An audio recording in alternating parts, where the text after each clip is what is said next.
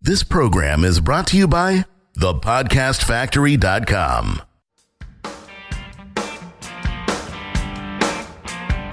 Hi, my name is Igor Kheifets, and this is The List Building Lifestyle, the only podcast which delivers cutting-edge conversion strategies from the online trenches straight to your earbuds. Download the transcript of today's episode and all future episodes at listbuildinglifestyleshow.com. I also invite you to grab a free copy of the Wealthy List Builder Survival Guide at listbuildinglifestyleshow.com/survival. And now, once again, it's time to claim your list building lifestyle. Welcome back to another edition of the List Building Lifestyle with your host, Igor Kheifets. Back in the 1960s, at the time that was great for experiments and all kinds of trials, there was an evil scientist. And I call him an evil scientist. We're going to call him Alfred just for the sake of this episode. But the reason I call him evil is because he was conducting shock experiments on dogs. So the guy didn't have a heart. And, of course, we're not going to jump into whole debate about whether or not it was ethical for him to conduct shock experiments on dogs, but I personally feel that he was an asshole for doing that. Nevertheless, he made his way into the annals of history, if you will, by conducting a very important experiment and learning about one particular character trait that has been defining, our life in many ways. So what he discovered is this. He started ringing a bell and then conducting a light shock on his dogs anytime he would ring a bell. So what happened was that the dogs developed this reaction, this response, where now he could ring a bell and he didn't have to shock the dog, but the dogs would still show a response as if they were just shocked with electricity. So this is classical conditioning, of course, and this is something that Pavlov established a long time ago, only he found a more, a less sadistic way of doing it, of course, with food. But, Alfred, our hero, did not stop here. What he'd done, he proceeded to the next experiment and he put together a wooden crate and he divided it in the middle with a really just low wall, a wall that was low enough for the dog to jump above. And he made sure that on one side of this crate, the floor was electrified. Basically, he could press a button and a light shock would go through it. And on the other side, there was no electricity. So, he couldn't hurt anyone doing that. So he puts these dogs on the one side of the crate where he can electrify them and he presses the button. What he expected to happen was he expected the dogs to recognize they're being shocked and jump over this tiny little fence or whatever that was to the other side of the crate where there was no shock. But the dogs showed the most incredible response. They simply lie down. So what happened was the dog learned, all dogs unanimously learned, that they could not resist or do anything about this electricity constantly shocking them after the first experiment, and they didn't even try escaping it. Okay, Igor, so I get it, but I'm not a dog. I understand that, if I'm being shocked or electrified, I should run the other way. And I know that I could jump over that fence. It just seems stupid, to even compare me to a dog. Well, in some way, you're right. And, in many ways, many small things in life, we learn to basically identify danger and fight it or run away from it. But in many ways, we are no different, you and I, than these dogs in those experiments, because we attempt to do certain things and we attempt to do them with we just give it our best. And yet we fail anyway. And soon we learn to expect failure. So we've become helpless, but we weren't born helpless. We weren't born with the knowledge of us not being able to do something. We learned to be that way. And the concept that Alfred, the evil scientist, actually introduced us to is called learned helplessness. And you should look it up because it is one of the reasons why people simply fail in this business. They attempt to do something once. They attempt to write an email, perhaps. They attempt to, set up their follow-up sequence, or they run a paid ad campaign or whatever. And they fail once and then try it again, and then they fail again. And soon they learn to be helpless, whether they're aware of it or not, whether they choose to be that way, whether they choose to say, okay, you know what? I'm not technical, and this is really taking way more time than I was hoping it would take. And I really hope for this to become a part-time business, not a full-time job. So yeah, I'm not gonna try and do that again anymore, right? Or because they're not well, just kind of have this unconscious response to and not wanting to experience the feeling of embarrassment and humiliation that you experience when you fail to figure something out, when you fail to overcome a problem. So they just stop trying altogether and they move to the next thing. And that's how the whole shiny object syndrome starts. You attempt something and you kind of fail, or maybe you learn about something, you don't even attempt that because you're like, man, this is way too complicated. I didn't sign up for this. I'm looking for something that's going to take me 15 minutes a day. So you kind of just move to the next tactic on your list and you consume more information, and that doesn't seem easy enough. You move forward, etc. Which of course is a different side to it. It's not quite learned helplessness. That's more like laziness.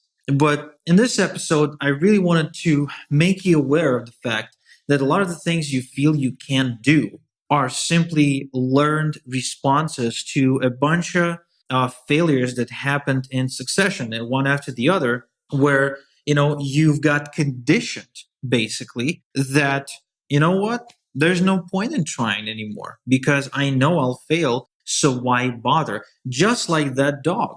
Another great story, by the way, that illustrates this point is when they bring an elephant into a circus and they got to tame the elephant. So they bring a baby elephant and they tie him to a stick in the ground. Now, the thing about it is that the stick isn't really big enough, and it's not being secured hard enough for the elephant to not escape. Like the elephant can actually easily escape, but after trying a couple of times to pull it out and not fully succeeding, the baby elephant learns that, what, this is not going to work, so I better stop trying. And all of a sudden the baby elephant developed this knowledge somehow, right, that if he's been tied to a stick or a pole in the ground, that's pretty much it. He's not able to move. He's not able to go anywhere. That's why they say the elephant never forgets, right? That's the whole thing about that. So, but the truth of the matter is, the baby elephant could pull that stick out, and the grown up elephant, which he later becomes, could easily escape, could easily pull that pole out of the ground, but they don't. They just don't. They don't even attempt. They learn to be helpless. And that is, in my opinion, of course, tragic, simply because think about all the things you gave up in life simply because you learned to expect failure. Think about all the things you have not achieved because you said to yourself, what's the point in trying? Think of all the amazing things you did not give to this world or your family that you could have if you've only tried again and again and again and figured out new ways of doing it. And the answer, I mean, the answer. I don't have to convince you about it. You know that the answer is you haven't tried hard enough. And chances are you're now sitting there, either in your car or you're like in the gym running right now, whatever. And you're thinking, you know what? What this crazy Russian says makes a lot of sense. And all of a sudden you have all these pictures and little scenes running through your mind of things you could have done, but you didn't because you gave up. And that's okay. Acknowledging the fact that you could have done better is perfectly fine. But right now, I want you to focus on the present. And what is it that right now, what are you attempting to do right now where you keep bumping your head against the wall that you're not capable of doing for some reason, you're not able to achieve it, and yet you know that it's that time when you have to become aware of the learned helplessness concept and make sure you don't fall into that trap. Okay, whatever that is for you, whether it is writing your first email, whether it is running your first paid traffic campaign, or maybe running your second, right? Maybe, you wanted to attempt creating your information product finally. Maybe you decided to master retargeting and you didn't do it because it was too complicated. Whatever that is, okay, whatever that is, don't let the learned helplessness concept get in the way for you, because that would be tragic. I mean, you will regret this a year, 2, 5, 10 years down the road, saying, you know what if what if I tried harder? What if I gave it one more shot? What if I consulted one more expert? What if I what if I, read another book?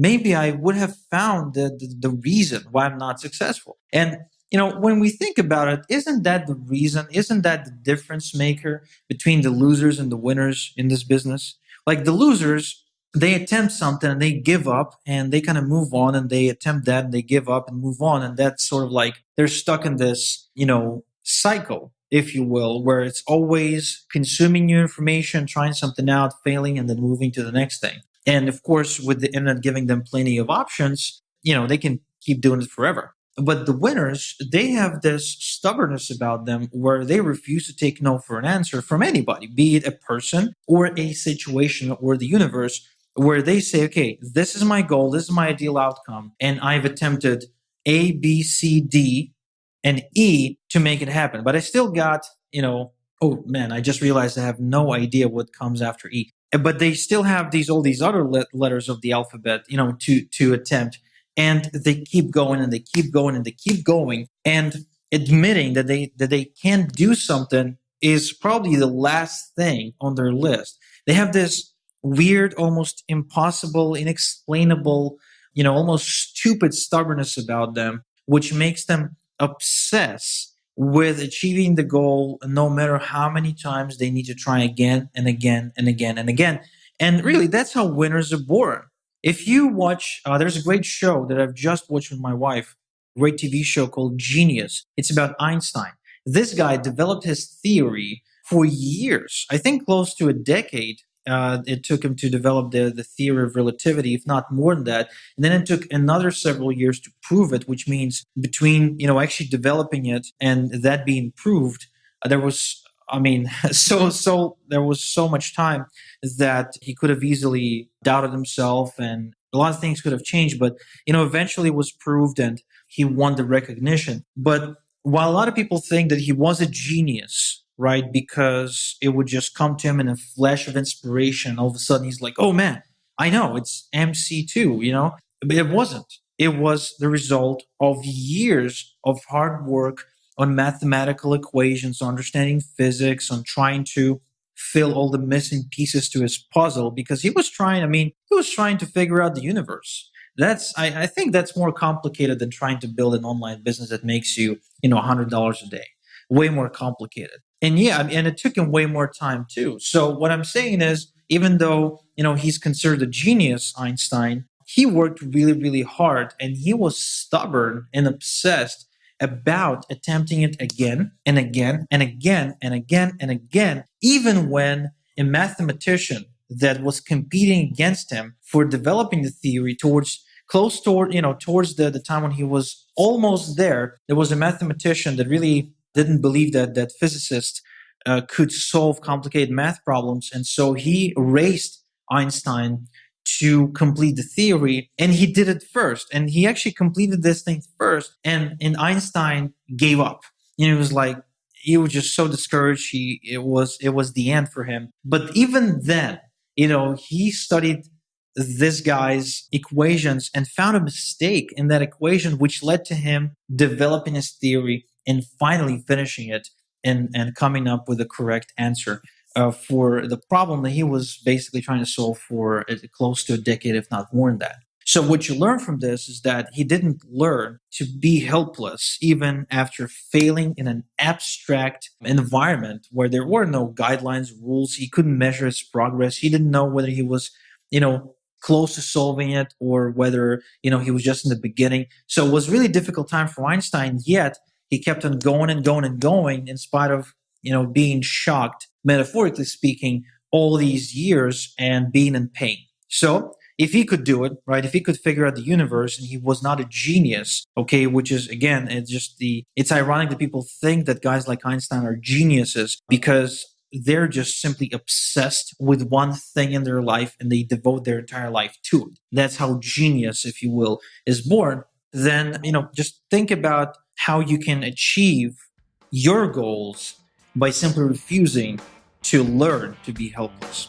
So, thanks again for tuning in for another episode of the List Building Lifestyle. This is your host, Igor Kheifets. And until next time we chat, have a good one. Thank you for listening to the List Building Lifestyle. Make sure to subscribe on iTunes or Google Play to never miss an episode.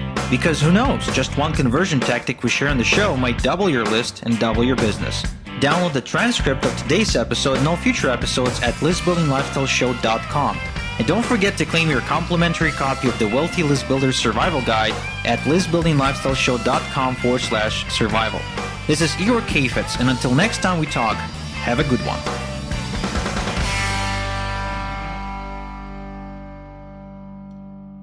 This is the podcastfactory.com.